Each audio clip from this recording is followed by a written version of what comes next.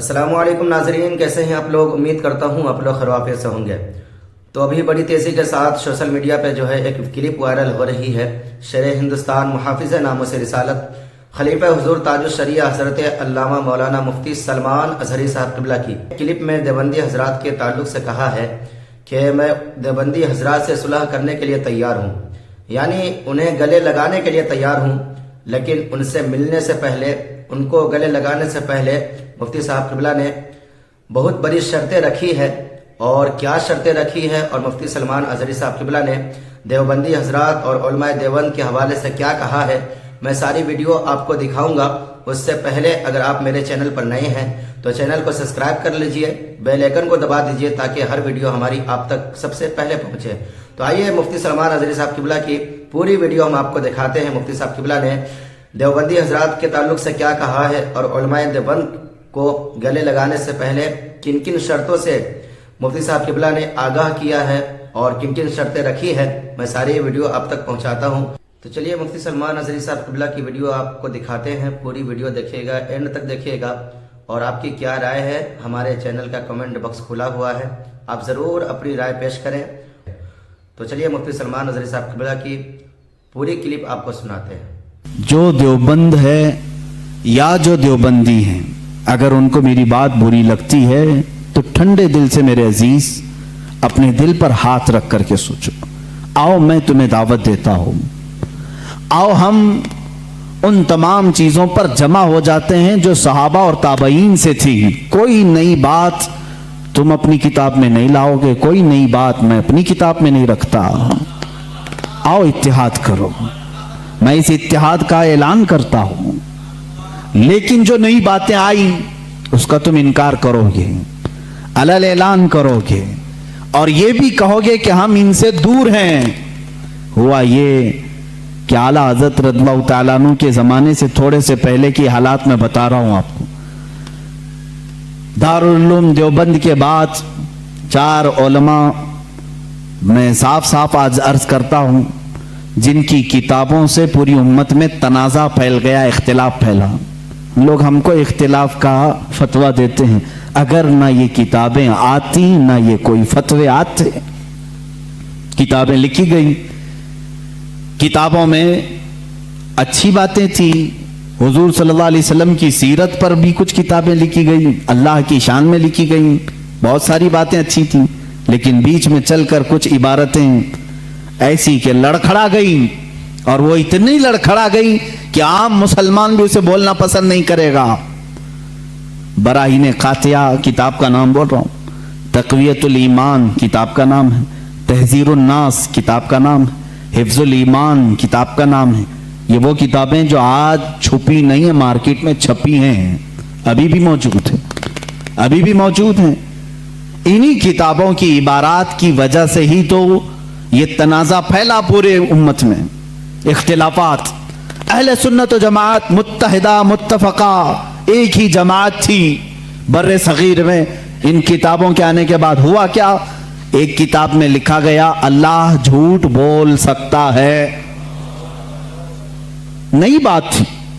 اس بات پر آج تک امت نے کبھی کسی بھی شیخ، کسی بھی بزرگ سلف صالحین سے مجھے عبارت لا کر کے دکھاؤ اس سے پہلے کوئی بات ہوئی تھی۔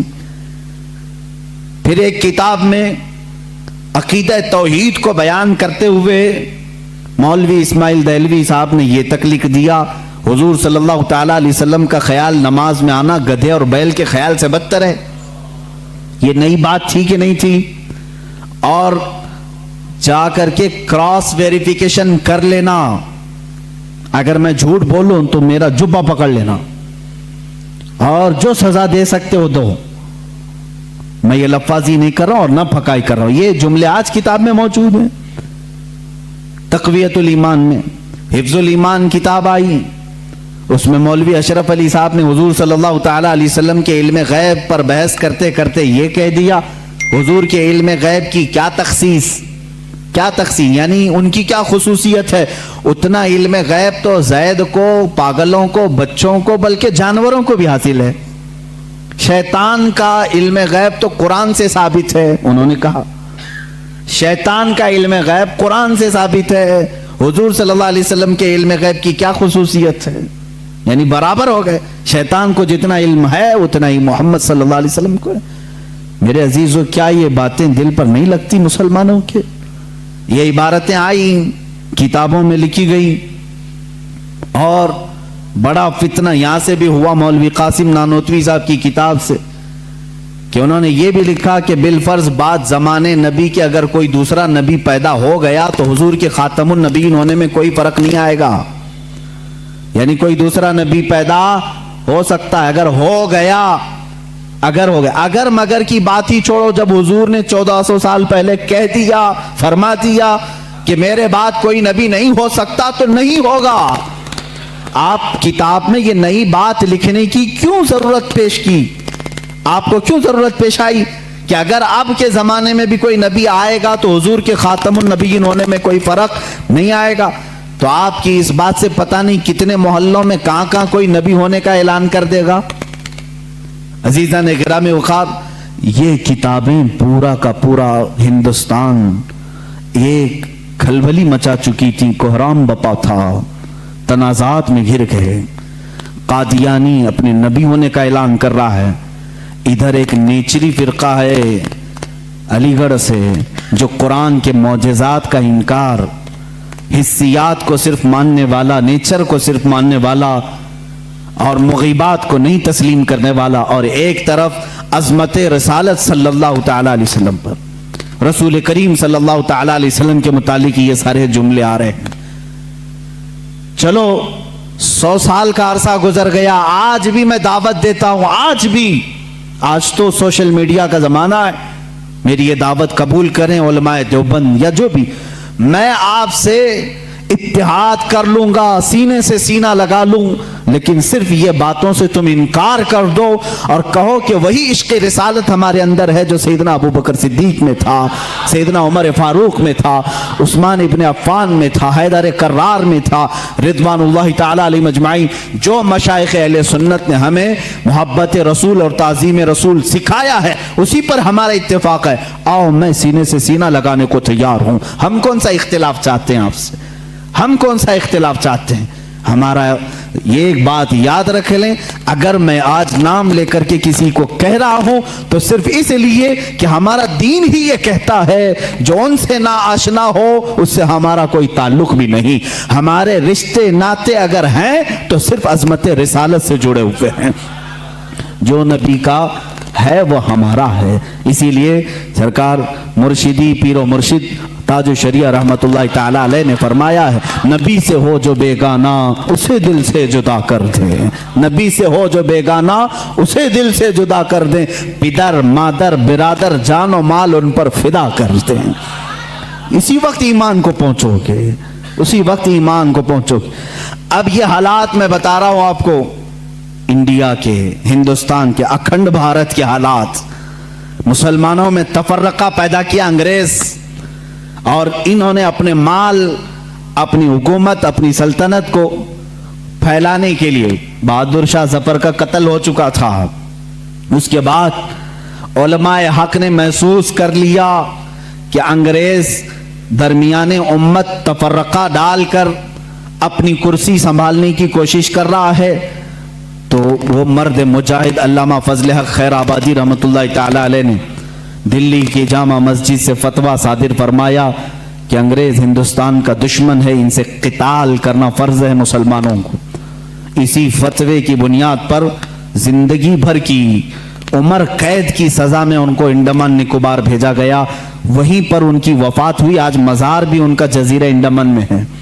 مولانا کفایت علی کافی رحمت اللہ تعالی علیہ، جو 1857 کی یہ جو غدر ہے اس کے بعد کے علماء اہل سنت کی بات میں کر رہا ہوں، انہوں نے محسوس کر لیا اسی زمانے میں کہ انگریز نے فرقہ پیدا کر دیا ہے.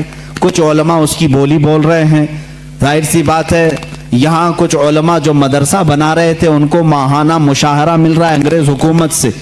علی گڑھ کو پاؤنڈ آ رہے ہیں انگلینڈ سے، اور دیگر علماء کو پاؤنڈ آ رہے ہیں، اور یہاں جو علماء ان کی ان خرافات کو بیان کر رہے ہیں ان کو پھانسی پر چڑھایا جا رہا ہے. مولانا کفایت علی کافی رحمت اللہ تعالی علیہ جن کے اعلیٰ حضرت بھی بڑی عزت فرمایا کرتے تھے، وہی کفایت علی کافی جنہوں نے اپنی ایک نعت میں کہا تھا، کوئی گل باقی رہے گا نہ چمن رہ جائے گا، پر رسول اللہ کا دین حسن رہ جائے گا، اطلس و کم خواب کے پوشاک پہ نازاں نہ ہو، اس تنے بے جان پہ خاکی کفن رہ جائے گا۔ یہ جو نعت انہوں نے لکھی تھی اس وقت جب آپ کو پھانسی کے پھندے پر چڑھایا جا رہا تھا، یہ مولانا کفایت علی کافی، پھر مولانا عنایت احمد کاکوروی رحمۃ اللہ تعالی علیہ، جن کو جیل کی سلاخوں کے پیچھے انگریزوں نے بند کیا، اس ایک عالم ربانی نے پتھر کی ٹھیکری سے دیواروں پر پوری علم الصیغہ کتاب لکھ دی تھی، جو آج بھی عالم کورس کی کتاب میں پڑھائی جاتی ہیں۔ عزیزان گرامی وقار، اگر انگریز کو علماء سے محبت تھی اور وہ مدرسے کی سنگ بنیاد میں آ رہے تھے تو ان علماء کے ساتھ وہ کالا پانی کی سزائیں اور موت اور پھانسی کی سزائیں کیوں دے رہے تھے؟ آپ سمجھا کریں، کچھ علماء کو وہ شہید کر رہے تھے اور کچھ علماء کو وہ پیسوں سے پال رہے تھے۔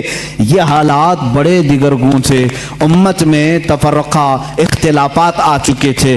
اب یہ وہ زمانہ تھا، نیچریت اپنے پاؤں پھیلا رہی ہے، قادیانیت اپنے پاؤں پھیلا رہی ہے، دہریت اپنے پاؤں پھیلا رہی ہے، اور ایک طرف غیر مقلدیت بھی اپنے پاؤں پھیلا رہی ہے۔ ہندوستان کی سرزمین جو اہل سنت و جماعت کا گہوارہ تھی، اولیاء کا مرکز تھی، یہ خواجہ ہند کا ہندوستان تھا، یہ محبوب الہی کی وراثت کی زمین تھی۔ یہاں صابر کلیری کے مجاہدات تھے، یہاں بابا فرید کے نغمے تھے، یہاں پر اولیاء کاملین کا گلشن تھا، یہ تمام صوفیاء کاملین کے پروردہ مریدین کا ایک عظیم گلستان تھا۔ اس گلستان کو کئی انگریزوں نے اپنے پاؤں سے کچلنا شروع کیا، اس میں خزاں آنے لگ گیا، اس حسین گلدستے میں، ہندوستان کے گلدستے میں پھول مرجھانے لگے۔ نیچریت کا غلبہ آیا ہے، وہابیت کا غلبہ آیا ہے، قادیانیت کا فتنہ سر ابھار رہا ہے، الہاد و بے دینی کا فتنہ سر ابھار رہا ہے۔ اب ہندوستان کی سرزمین پر ایک ایسے مرد قلندر کی ضرورت تھی جو موسیٰ کا جلال لے کر فرعون کے مقابل میں آئے، جو ابراہیم کی ثبات قدمی لے کر کے نمرود کے سامنے آئے۔ اب ایک ایسے مرد قلندر کی ضرورت تھی جو صدیق کی صداقت اپنے سینے میں رکھتا ہو، فاروق اعظم کی عدالت اپنے سینے میں رکھتا ہو، عثمان ابن عفان کی حلم و بردباری اپنے سینے میں رکھتا ہو۔ ہندوستان کو اب ایسے مرد قلندر کی ضرورت تھی جو حیدر کرار کی شجاعت بھی رکھتا ہو، غوث اعظم کا نائب ہو، خواجہ ہند کا وارث ہو۔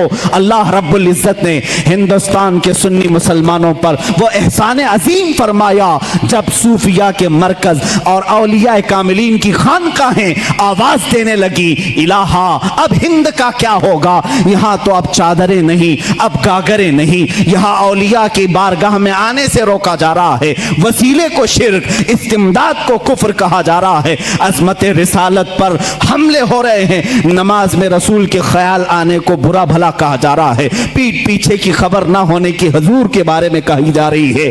الہا اب کون اس دین کا وارث ہوگا، جانشین ہوگا، محافظ ہوگا، نگہبان ہوگا؟